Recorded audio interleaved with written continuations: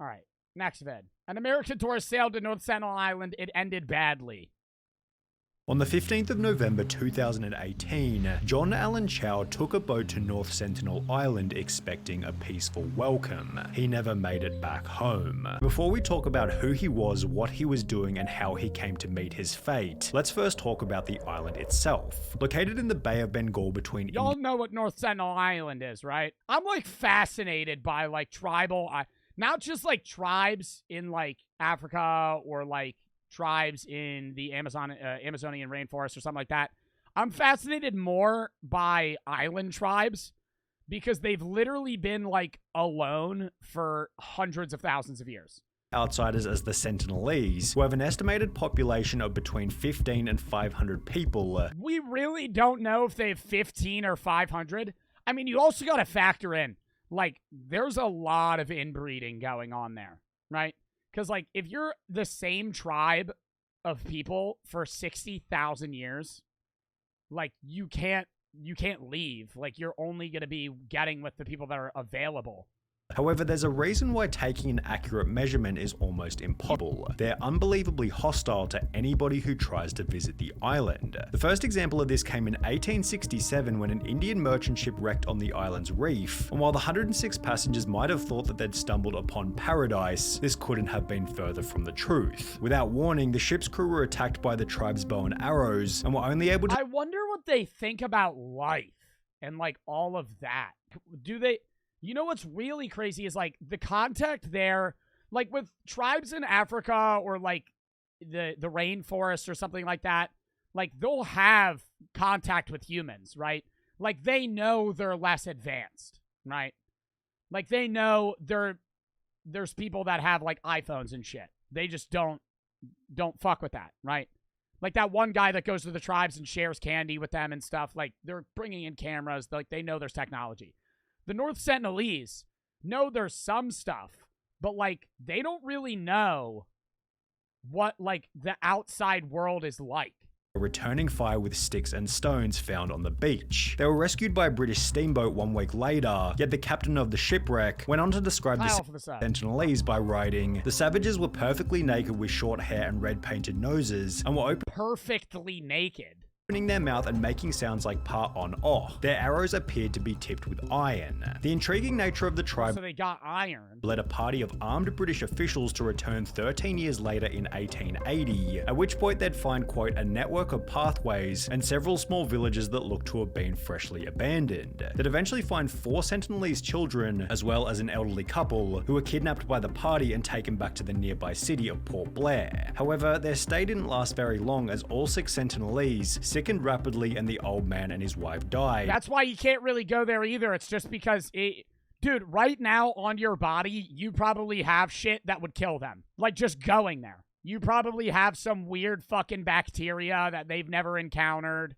So the 4 children were sent back to their home with quantities of presents. 16 years after this, a Hindu convict escaped on a makeshift raft from the adjacent Great Andaman Island, only to wash up 50 kilometers west in the worst place imaginable. Imagine you're stranded in the middle of the ocean. I would shit my pants. Imagine you're on a boat trip, right? And you're passing, like, the India area, right? Around, like, what's under India? Because it's near India. What's the country under India? God damn it. It starts with an S. Sri Lanka. Imagine you're, like, taking a boat, like, around that area, and your boat crashes, and you're stranded for days. You start fucking, like, paddling towards what looks to be an island. You finally feel like you've been saved. And then you see this in the distance. You have a memory that takes you back to a YouTube video that you watched about North Sentinel Island. And you're fucked. Like, they're gonna murder you. From the adjacent Great Andaman Island, only to wash up 50 kilometers west in the worst place imaginable, North Sentinel. A search party found his body lying on the beach pierced with iron. Oh, never mind. Nah, maybe they felt bad for him and helped him. They bowed him down the second he stepped foot on the island. arrows, with his death sending a clear enough message for nobody to return to the island for almost 80 years. However, in 1974, a film crew shooting a documentary called Man in Search of Man landed on the island to leave gifts. We came at last to what is known as the North Sentinel Island. Although some expeditions had landed here, the Sentinelese had never been sighted. We left gifts of Yo, imagine you're like just boating like 200 yards away and they just drop shot the shit out of you with an arrow, like perfect aim, like fucking aiming like that, and that bitch just goes, just nails you in the head. Coconuts, knives, lengths of cloth, a pig. After which the Sentinelese were caught on camera for the very first time. Oh, see, I'm getting nervous, dude. I don't want to see naked people. Those moving shapes, are they human? Or just said, are they human? At last, the first glimpse of the Sentinelese. This tribe believes in total isolation. It will not tolerate a stranger. As is obvious in the footage, the tribe had no interest in making friends, and rather buried half of the gifts they'd been given before shooting arrows toward the film crew. A member of our film unit was wounded by one of the many arrows, each 2.5 meters long. He will carry... Wow! The arrows are that big? a scar till his death. If on Google Maps you zoom into the coastline on the island's northwest corner, you'll find a different boat which now acts as a permanent reminder of North Sentinel's hostility and unrecoverability. The ship going by the name of the MV Primrose had been transporting farming supplies to Australia before it wrecked on the unfortunate location in 1981. The ship's passengers were incredibly lucky. Dude, they might think that we're like demons. Like, imagine your whole lineage has lived on an island for 60,000 years. Because at the time, this entire area was underwater, keeping them at a safe distance while they organized their rescue. In the meantime, the Sentinelese observed the ship from their beach, with the crew members describing the tribe as well-built, frizzy-haired, and black. They were naked except for narrow belts that circled their waists, and they were holding spears, bows, and arrows, which they had begun waving in a manner that seemed not altogether friendly. However, while almost every example so far displays the Sentinelese as an untouchable group of brutes, it would be exactly 10 years later when a single anthropologist did the impossible. He made peaceful contact for the very first time. T and Pandit had been dropping gifts and coconuts to the island every 1 or 2 months since 1967, wow. Although for the first 24 years of doing so, the Sentinelese maintained their hostility. But all of this changed on the 4th For 24 years, they were hostile. of January 1991, when the tribe finally concluded that he was only there to help. Pandit described this day in a 2000 interview with the American Scholar, which stated a great many of the Sentinelese started running down the beach and splashing through the surf toward the dinghy. The director leapt from the boat into chest-high water. One of the young Sentinelese What language do they speak? men recalled in fright and handed coconuts to the tribesmen. Like, do they even have the capability to translate the language if they've had that little contact? As they crowded around him. A few weeks later, he returned to North Sentinel with another expedition. This time, Sentinelese, yeah, but there's no translation. They speak English. They don't fucking. I'm not even gonna fall for the gaslight from Yakinkin, dude. several Sentinelese men went so far as to climb into the dinghy and grab entire sacks of coconuts. Pandit was alone in the water with a group They of speak British. Sentinelese. One of the young tribesmen looked at him, scowled, pulled out an iron-bladed knife, and made a gesture, Pandit says, like he was going to cut out my heart. Maybe he thought I was planning to stay on the island. But the dinghy quickly returned to pick Pandit up. He would return to North Sentinel several more times before retiring from the Anthropological Survey in 1992. The interaction showed that peaceful contact with the tribe was possible, although only after a significant period of trust building, and even after T and Pandit's unique interaction, the Sentinelese retained their hostility toward any unfamiliar outsider. For example, after the 2004 Indian Ocean earthquake caused the worst tsunami in recorded human history right next to North Sentinel Island, a helicopter was sent out to see if the tribe had survived from such a catastrophic event. Well, not only were the Sentinelese I think it's either the Sri Lankan or the Indian government made it like illegal to go there. Like, you're not supposed to go there because people don't want, like, you're supposed to just allow them to live their life, right? Is somehow doing just fine, but their response to help offered by the Indian government was to throw spears, arrows, and rocks toward the helicopter. 2 years later in 2006, two men aged 48 and 52 were fishing for mud crabs near the island. However, the pair got so drunk that while sleeping, the anchor of the boat, which was a rock tied to a rope, fell apart and drifted the men toward North Sentinel. The following morning, fellow fishermen said they tried to shout at the men and warn them that they were in danger.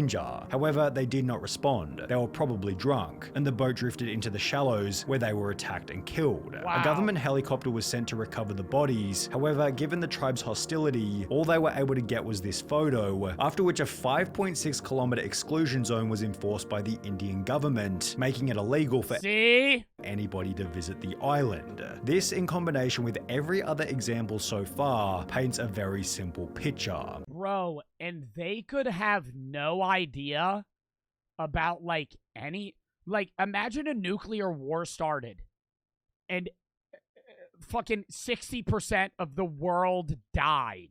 They wouldn't know. It would just be right. They don't even know COVID was a thing.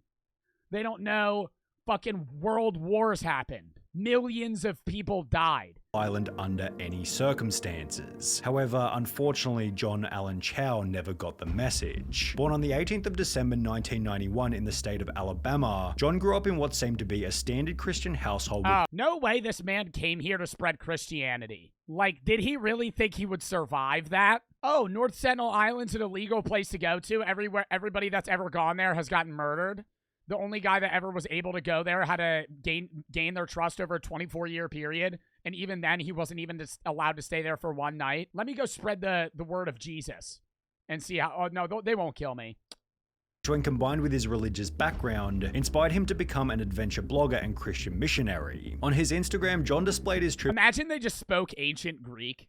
Yeah, like that. Somebody just said they speak ancient Greek. That would be so weird.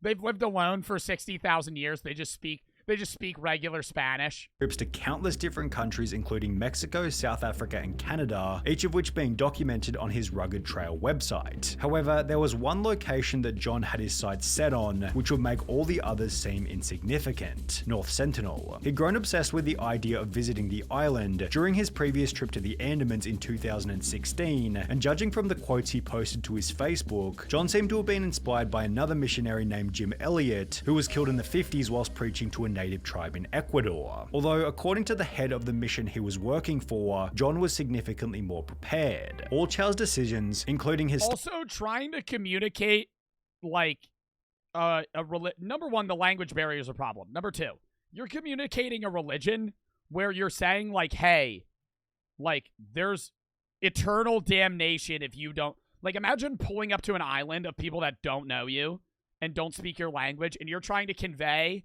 like, hey, you have to follow this religion, or, like, you might be in eternal torture. Like, you might be in hell, right? Studies of sports science and training and working as a wilderness emergency medical technician, and classes he took in linguistics and cultural anthropology were in preparation to share Jesus with the North Sentinelese. He was very well prepared for this moment. No, he was not, dude. On the 21st of October 2018, John posted this image to social media, showing that he was back in the nearby city of Port Blair, where, unbeknownst to his family, he was planning his trip to what he called Satan's last stronghold, aka North Sentinel Island. On the 15th of November... Yeah, see, that's already a bad start, right?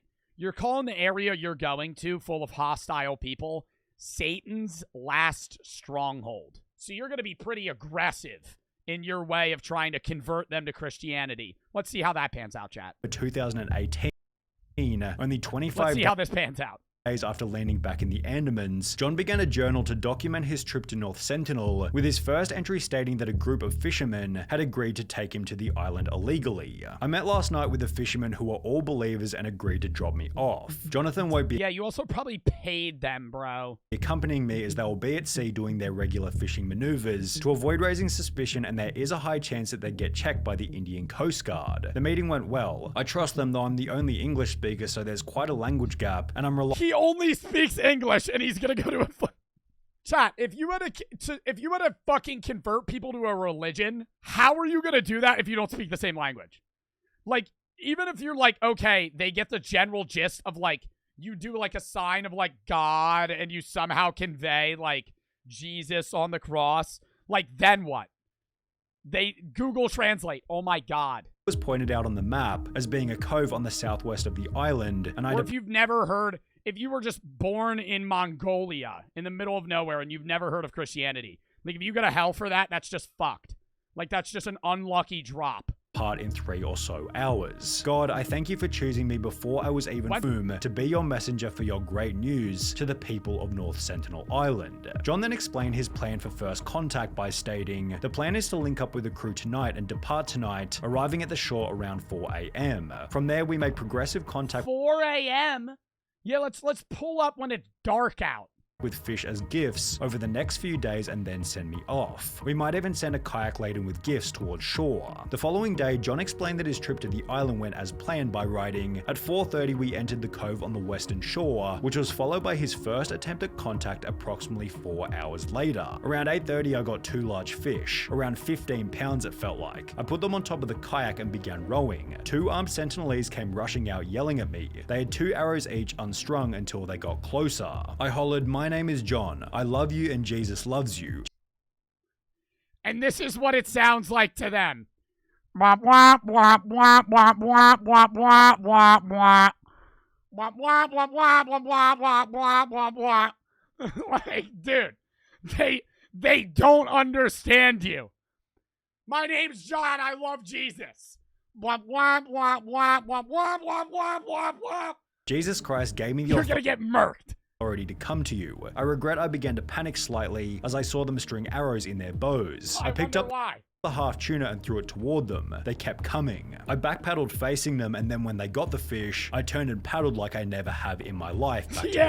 Yeah, throw the fish and dip. I felt some fear, but mainly was disappointed they didn't accept me right away. I can now say Dude, what did you think? You read about the island. They kill everybody that comes on the island. Been nearly shot by the Sentinelese, and I've walked on and cached gear on their island. Now I'm resting on the boat and will try again later. John escaped his first encounter unharmed. However, and then he goes back.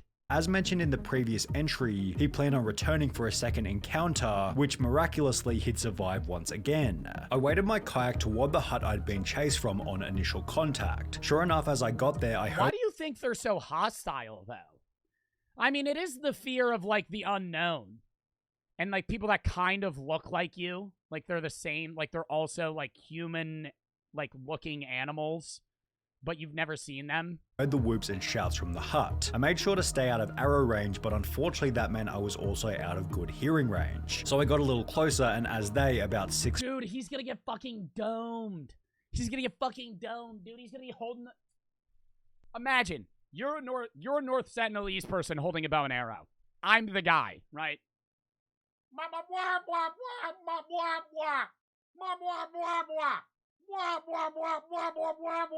Like, dude, they're gonna fucking kill you.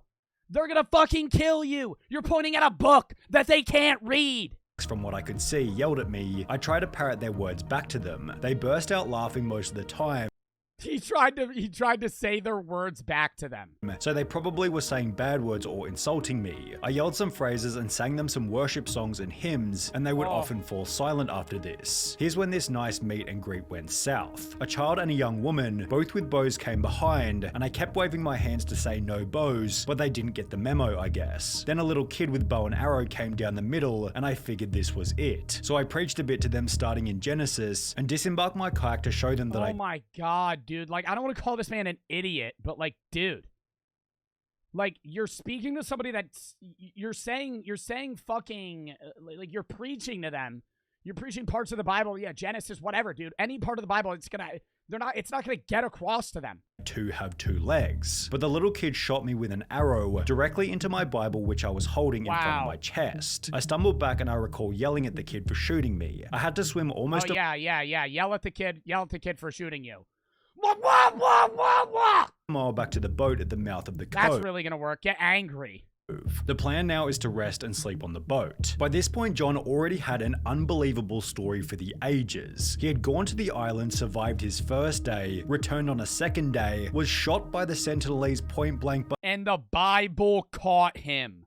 Yo, if that's a fucking sign of God for you to get your dumb ass out of there, I don't know what else is, dude. After the pages in his Bible decided to spare his life. However, as the journal entries continued, it became obvious that John was happy for his legacy to be the guy who died trying to preach his religion to the tribe. Lord, let your will be done. If you want me to get actually shot— Bro, but like, in their mind, they killed this guy that was trying to preach.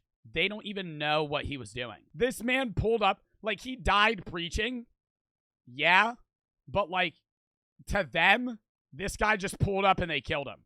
Like, they don't even know that this guy was trying to do something nice. Or even killed with an arrow, then so be it. I think I could be more useful alive though, but to you, God, I give all the glory of whatever happens. I don't want to die. Would it be wiser to leave and let someone else continue? No, I don't think so. I still could make it back to the US somehow, as it almost seems like certain death to stay here. Yet there is evidence of change in just 2 encounters in a single day. We'll try again tomorrow. The following day, John wrote his final entry in the journal, beginning with, woke up after a fairly restless sleep, heading to Island now. I hope this isn't my last notes, but if it is, to God be the glory, before going on to write a goodbye message to his family reading, Brian and Marilyn and Mum and Dad. You guys might think I'm crazy in all of this. Dude, it looks like he knew he was gonna die. But I think it's worth it to declare Jesus to these people. Please do not be angry at them or at God if I get killed. Rather, please live your lives in obedience to whatever he calls you to, and I'll see you again when you pass through the veil. Don't retrieve my body. I love you all, and I pray that none of you love anything in this world more than Jesus Christ. Written from the cove on the southwestish, more like west of North Sentinel Island. 16th of November 2018, 6:20 AM.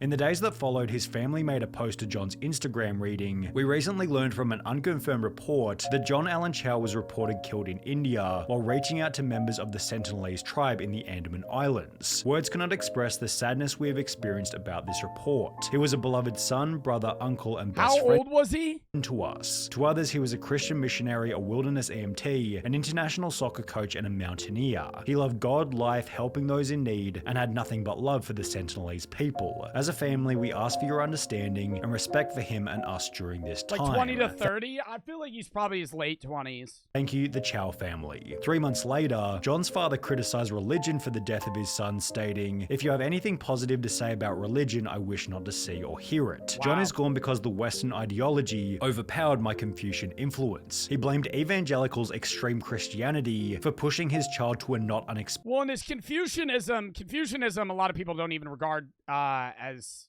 like a religion. It's more so like a philosophy, right? He's trying to say that like the Western ideology, the Western religion of Christianity kind of got his son into this loop of like needing to help these people, and it ended up getting him killed, which, I mean, he's not wrong. Like, his son died because of this. End, which is a viewpoint often repeated across social media platforms. John Allen Chow is not a martyr, just a dumb American who thought that tribals needed Jesus. Yeah, I don't know. Is he a martyr? Like, a martyr is when you're like preaching your religion and people understand it and they kill you for doing so. He wasn't a martyr. Like if you look up a definition of martyr, a person who was killed because of their religious beliefs. They didn't kill him because he believed in Christianity. He just died because he went to speak to the North Sentinelese. They don't even know he was trying to convey a religion. I wouldn't say he was like I wouldn't call this man a fucking idiot, but like, dude, like he thought, I don't know why he thought that would work. I can't believe he assumed they would accept him immediately. Yeah, I don't get that part of it, especially since there was that massive language barrier and just the previous history of it as well.